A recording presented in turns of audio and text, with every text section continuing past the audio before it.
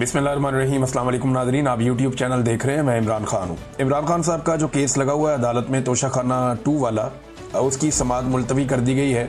समाअत हुई नहीं, जज पहुंचे ही नहीं अडियाला जेल में समाअत के लिए और ना बाकी लोगों को आने दिया गया। उसकी वजह यह है कि इमरान खान साहब जेल में अब स्टेटमेंट देते हैं और वो स्टेटमेंट तकलीफ देता है पाकिस्तान की मिलिट्री एस्टेब्लिशमेंट, खसूसन फील्ड मार्शल को, क्योंकि इमरान खान साहब फील्ड मार्शल को लगातार मुखातिब करते हैं और उन्होंने अपनी कश्तियां जला दी। इमरान खान साहब अब असाब की एक लंबी लड़ाई में है और मैंने आपको पहले भी कहा कि वो टेस्ट मैच खेल रहे हैं मौजूदा एस्टेब्लिशमेंट के साथ। तो क्या एस्टेब्लिशमेंट के बाद इतना वक्त है कि वो इमरान खान के साथ एक लंबा टेस्ट मैच खेल सकेगी? मौजूदा एस्टेब्लिशमेंट हर एक को रिटायर हो जाना होता है, लेकिन आर्मी चीफ के दौरा अमेरिका को लेकर मामला बहुत हसास हैं और पूरा निज़ाम इस बात पे तुला हुआ है कि इस दौरे को मुकम्मल तौर पे पहले की तरह कामयाब बनाया जाए। अब इस हवाले से जो है इमरान खान साहब के स्टेटमेंट, दो चीज़ें हैं ना। एक तो 14 अगस्त पे दोबारा पाकिस्तान तहरीक इंसाफ का एहतजाज है, उसके हवाले से अभी से पकड़ दकड़ मारधाड़ शुरू है। हुकूमत जो है वो तमाम फस्तायत के हथकंडे इस्तेमाल कर रही है, सवाए खैबर पख्तूनख्वा में कहीं भी। अच्छा देखिए, खैबर पख्तूनख्वा को अलग तरीके से डील किया जा रहा है, वहाँ पे सिक्योरिटी के हालात बहुत ख़राब हो गए हैं और बाकी सूबों में पकड़ दकड़ और मारधाड़ है। तो दोनों जगह के ऊपर जो है वो आवाम के लिए मुश्किलात है। अब 14 अगस्त के हवाले से इमरान खान साहब का कोई स्टेटमेंट ना आए तो हुआ ये कि जज साहब ने जुडिशल कम्प्लेक्स से ही, ये जज है शाहरुख अर्जुमंद, इन्होंने वहीं से जनाब ऑर्डर दे दिया कि आइंदा तारीख जो है वो अब 15 अगस्त है, यानी 14 अगस्त का जो एहतजाज है पाकिस्तान तहरीक इंसाफ का वो निकल जाए। उसके बाद 15 अगस्त को इमरान खान साहब का केस चलेगा अडियाला जेल में, तो इसको आगे ले गए हैं। और साथ ही साथ आर्मी चीफ के दौरे से पहले दो लोगों ने ट्वीट किया, एक ख्वाजा आसिफ ने किया और एक शहबाज शरीफ ने किया। ख्वाजा आसिफ ने दोनों ज़ुबानों में किया, उर्दू में भी किया, अंग्रेजी में भी किया, और इन दोनों ने डोनाल्ड ट्रंप की तारीफ की है और बहुत ज़्यादा तारीफ की है, मीठी भरी तारीफ की है। तो ये बेमौका तारीफ क्यों कर रहे हैं? अभी तो डोनाल्ड ट्रंप ने पाकिस्तान के बारे में ऐसा कुछ नहीं किया। टैरिफ का मामला तो थोड़े दिन पहले हुआ था और पाकिस्तान के मामले में डोनाल्ड ट्रंप का कोई रिसेंट स्टेटमेंट या कोई ऐसी चीज़ भी नहीं है।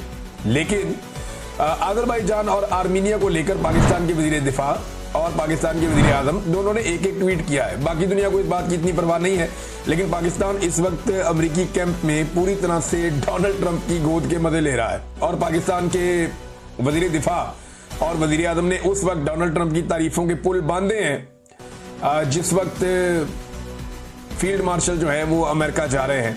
तो अब आप खुद ही समझदार है कि सारी चीजें एक साथ कैसे होती है। तहरीक इंसाफ ने नाज़रीन एक चीज शो की है, वो मैं आपको दिखाता हूं। ये आर्टिफिशियल इंटेलिजेंस का कमाल है।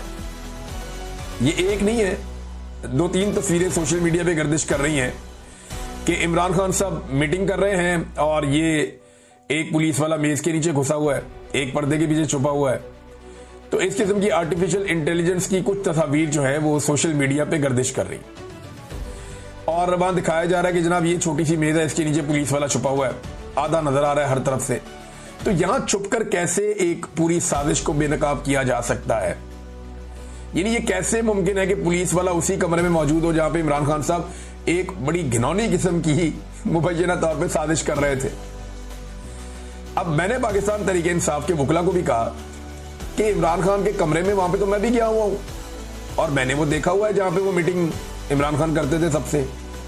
जिस ड्राइंग रूम की पुलिस वाले बात कर रहे हैं उस ड्राइंग रूम में मैं भी गया हूं और बेशुमार मजीद सहाफी और लोग गए। हजारों लोग मेरे ख्याल में इमरान खान साहब से इंटरेक्शन करते थे हर महीने, तो बहुत सारे लोग वहां जाते रहे। अब इमरान खान साहब रोजाना तो फर्नीचर चेंज करते नहीं थे, उनका तो जब तक फर्नीचर फट नहीं जाता, सोफे फारग नहीं हो जाते, टूट फूट नहीं हो जाती, तब तक वो चेंज नहीं करते। तो वहां पे वो सामान आज भी पड़ा हुआ होगा और वहीं पे होना चाहिए, क्योंकि इमरान खान साहब की गिरफ्तारी के बाद किसने उसको बदलना है। तो मैंने उनसे कहा कि जनाब आप ये टेबलें उठाएं, ये चीजें उठाएं और उठा के अदालत में ले जाएं, ले जाके अदालत में सोफा रखें, टेबल रखें और जज को कहें कि इस पुलिस वाले को बोले इसके नीचे छुप के दिखाए। अगर ये इसके नीचे छुप गया तो आप हम सबको फांसी लगा दें। छोटी छोटी टेबलें हैं वहां पे, वो बड़ी टेबल थी नहीं ऐसी जिसके नीचे बंदा ऐसे छुप जाए और पूरा गायब भी हो जाए, नजर ही ना आए। और ना कोई ऐसे पर्दे बिछे हुए थे कि जिनके अंदर नीचे बंदा घुस जाएगा।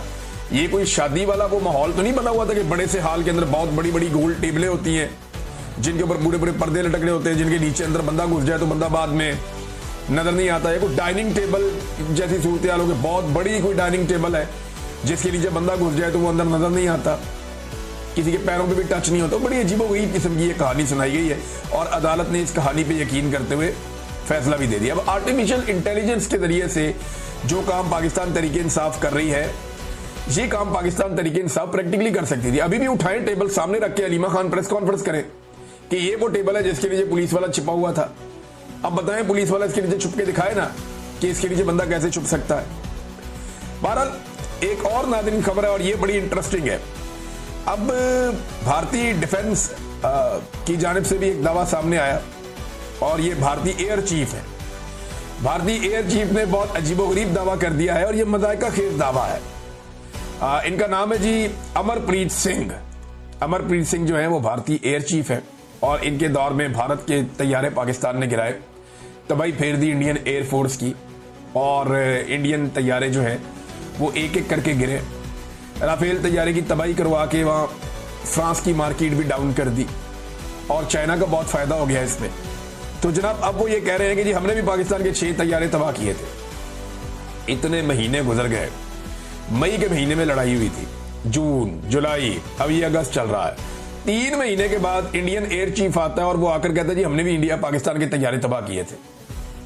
तो दुनिया पागल है कि मान लेगी ये बात? भाई जब तबाह किए थे तब बताना चाहिए था ना। कहते जी हमारे पास सबूत है, हमने पाकिस्तानी तैयारे तबाह किए थे, कुछ हमने हवा में तबाह कर दिए थे, कुछ खड़े हुए भी हमने तबाह कर दिए थे और एक पाकिस्तान का कोई बड़ा सर्वेलेंस वाला तैयारा है वो भी हमने तबाह कर दिया था। हाँ, ये पाकिस्तान के साथ हुआ था कराची मेहरान एयरबेस पे, जब हमारा एक बड़ा तैयारा तबाह किया गया था जो बहुत कीमती था।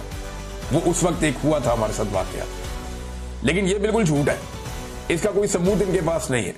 और पाकिस्तान का जो एक्शन था जिसमें इंडियन तैयारे गिरे हैं, वो पूरी दुनिया के अंदर सब लोग मानते हैं। अमेरिकी सदर कहता है बार बार इनके तैयारे गिर गए, उनको शर्मिंदा करते हैं, उनकी अपनी पार्लियामेंट के अंदर सब कहते हैं। तो इंडिया बहुत बुरी तरह एक्सपोज हुआ। वो अपने लोगों को खुश करने के लिए एक प्रोपेगेंडा चला रहे हैं क्योंकि हमारी आवाज इंडिया तक पहुंचती नहीं है। इन्होंने हमारे सारे चैनल्स इंडिया में ब्लॉक कर दिए। इंडिया में क्या, इधर हमारे पाकिस्तानी एस्टेब्लिशमेंट ने पाकिस्तान में भी ब्लॉक कर दिए। ये हालात पैदा कर दिए गए।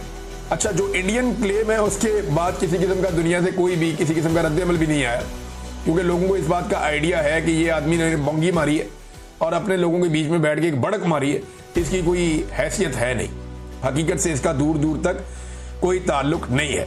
नाज़रीन, पाकिस्तान में एक और हाज़र सर्विस मेजर जनरल नूर वली को वजारत दाखिला में अहम ओहदे पर तैनात कर दिया गया है और बहुत सारे लोग कह रहे हैं कि इसके पीछे फील्ड मार्शल साहब का दिमाग है और उन्होंने इस तैनाती के लिए कोशिश की है और एक हाज़र सर्विस मेजर जनरल नूर वली को तैनात कर दिया गया वजारत दाखिला के अंदर। यानी नादरा का कंट्रोल पहले ही पाकिस्तानी फौज के पास है, एक सर्विंग जनरल उसको हेड करते रहे, उनके पास वो कंट्रोल है सारा डाटा का पाकिस्तानियों का। और अब जो है वो ये जो है वजारत दाखिला में एक और इंपॉर्टेंट जगह पे एक और मेजर जनरल आकर बैठ गए।